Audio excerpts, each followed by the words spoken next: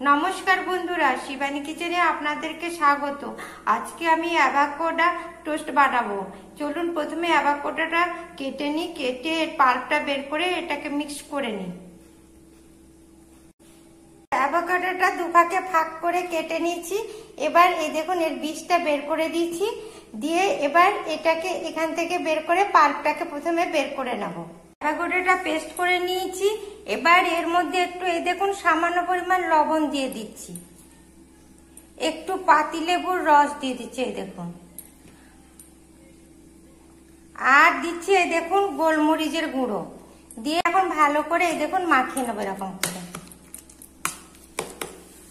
এই দেখুন এটা মাখানো হয়ে গেল।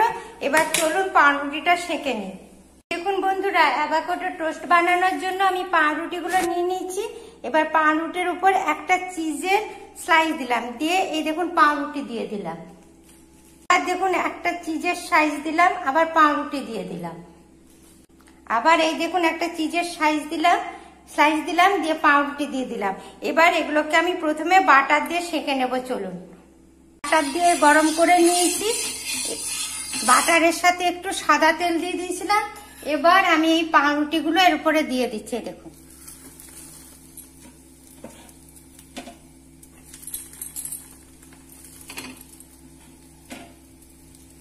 দিয়ে এগুলোকে এবার ভালো করে সেঁকে নেব। পাউরুটিটা চিজ দিয়ে টোস্ট করে নিয়েছি। এবার এর মধ্যে এইভাবে অ্যাভোকাডোটা লাগিয়ে নেব। এই দেখুন, ঠিক আছে, এইভাবে অ্যাভোকাডোটা লাগিয়ে নেব। আপনারাও এইভাবে অ্যাভোকাডোটা লাগিয়ে নেবেন। এই দেখুন, এই দেখুন বন্ধুরা, অ্যাভোকাডো চিজ স্যান্ডউইচ রেডি হয়ে গেছে। আপনারাও এইভাবে অ্যাভোকাডো চিজ স্যান্ডউইচ তৈরি করবেন, দেখবেন দারুণ খেতে লাগছে। আর আমার এই রেসিপিটা আপনাদের যদি ভালো লাগে তবে কমেন্ট করবেন, শেয়ার করবেন, লাইক করবেন।